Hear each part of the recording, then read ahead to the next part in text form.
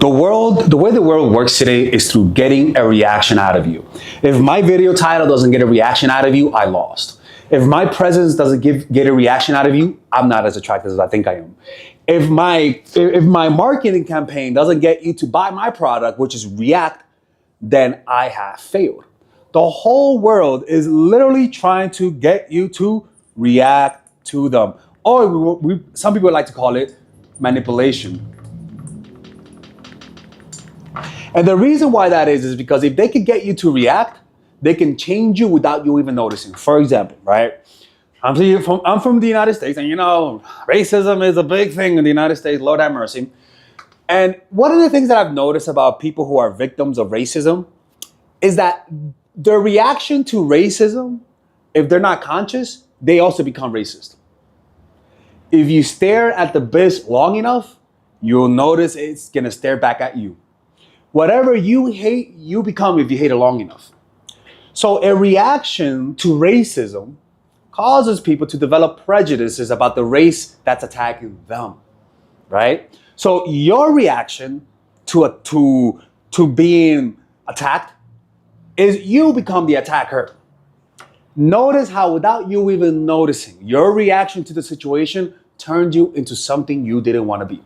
By the way, check out my new channel, Professor Alex. It's a channel that I created where I talk about spirituality, self-help, and topics like the ones you see here.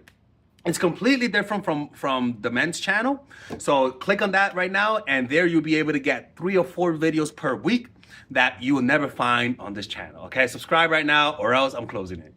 Your unhappiness, your fear of getting rejected, your reaction to the rejection causes you to act in fear. What you want to be able to do is eliminate the reaction. And there's a way to do that has been taught for thousands of years. And I've seen it in my life, and millions of people have seen it in their lives, right? Let me explain to you what that is. Because most of your negative habits, like addictions, they originally come because your reaction to a situation, right? And usually anything negative about you that you don't like was because at one point you reacted in a way that wasn't conscious. You unconsciously reacted to things without looking at it and observing it rationally. What do I mean by that? Well, and there are in Buddhism there's 4 levels of consciousness, right? I don't know what they call it, but I don't think that's how you call it, but that's how I call it. And the 4 levels of consciousness are this, right? Obviously, consciousness, right?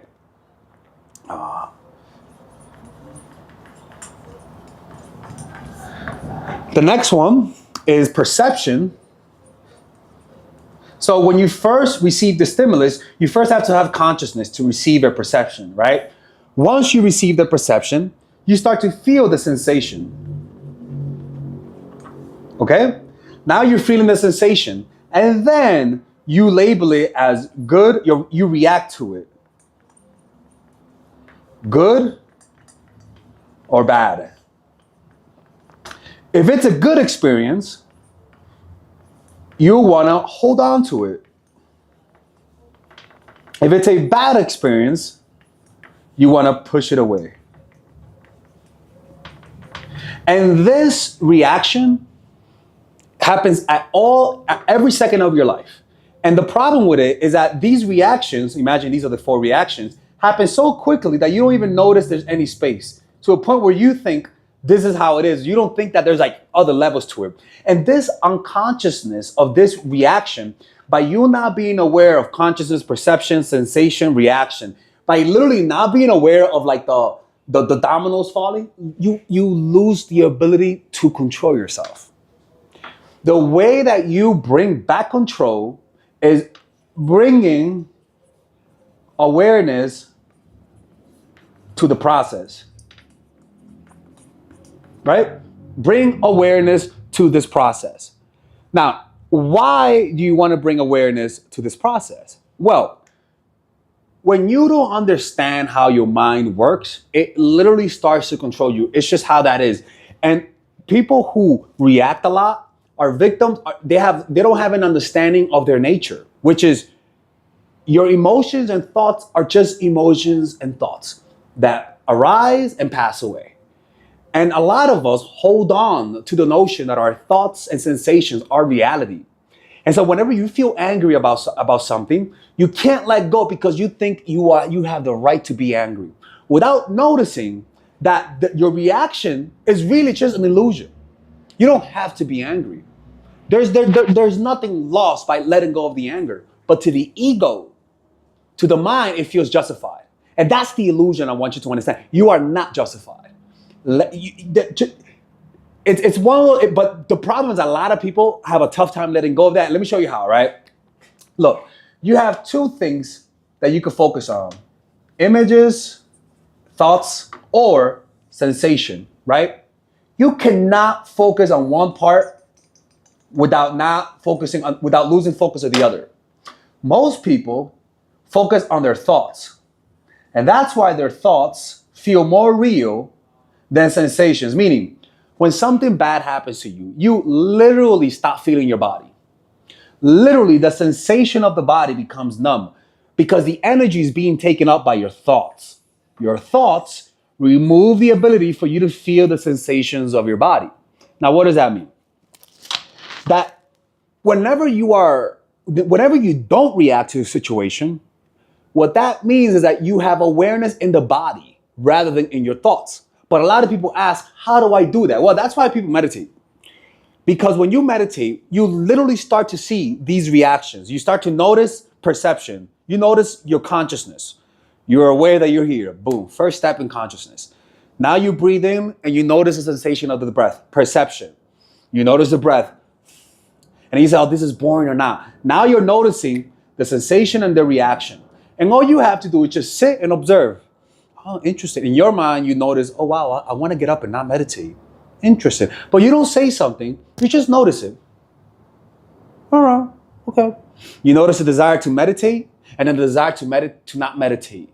You notice you feel angry and then it goes away, right? And as you're noticing that your thoughts arise and pass away, arise and pass away, arise and pass away, all of a sudden, whenever you feel angry, you're like, of course it's gonna pass away. It's no big deal. You're not gonna hear that thought of fuck that person.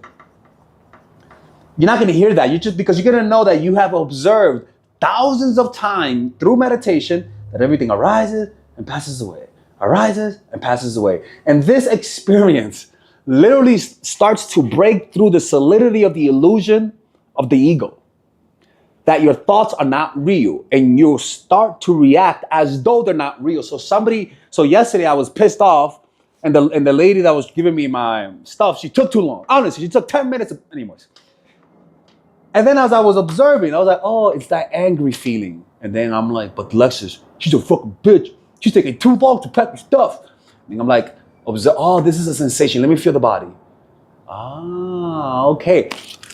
It's almost like, that's why when you do meditation, they tell you don't scratch yourself, right? Don't. Why? Why don't you scratch itches?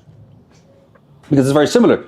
Itch comes, itch passes. Itch comes, itch passes. Itch comes. And what's funny is that whenever you feel the itch, it feels like it's never gonna go away.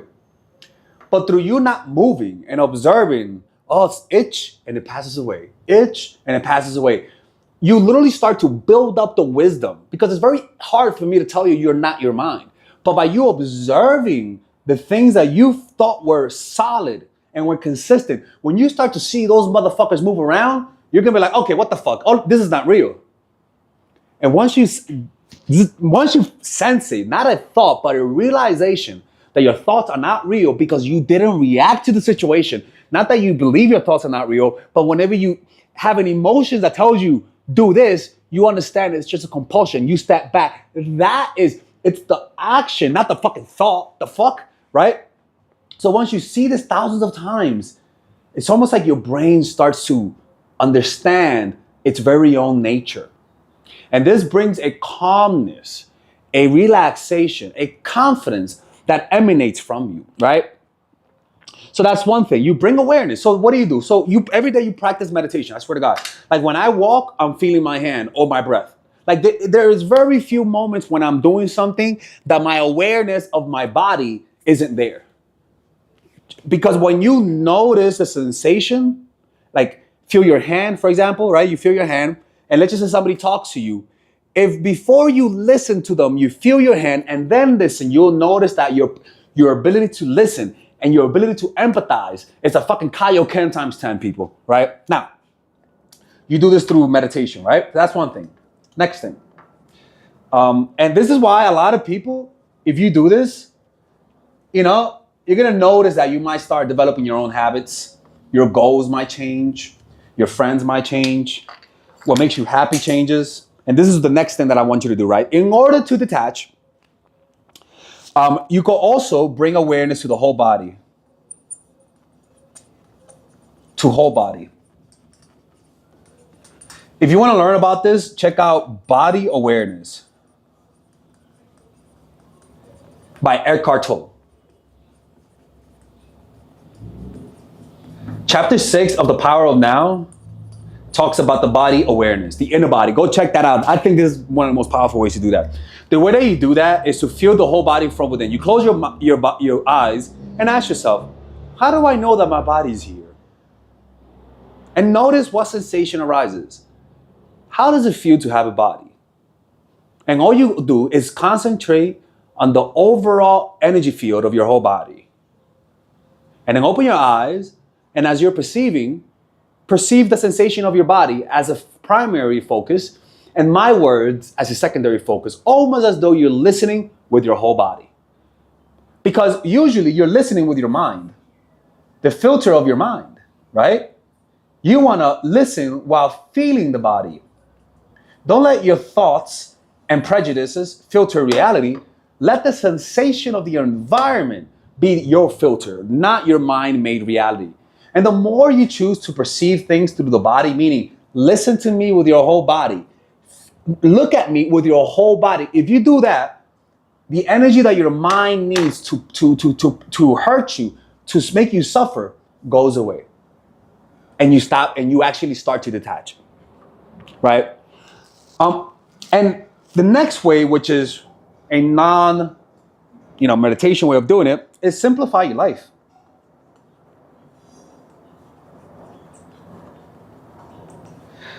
Simplify it. The less things you have, the happier people will be. The less profiles you have, the happier you'll be. Disconnect yourself from social media.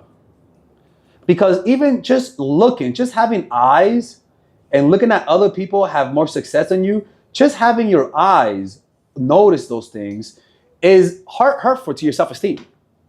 Literally, the less people that you see, I swear to God, the happier you'll be. Now, that doesn't mean to not be social. We're not talking about that. We have an excess of seeing people to the point where we involuntarily compare ourselves to other people, right? So simplify your life. Like, stop desiring the best food, the best houses, the best apartment, the best this, the best that.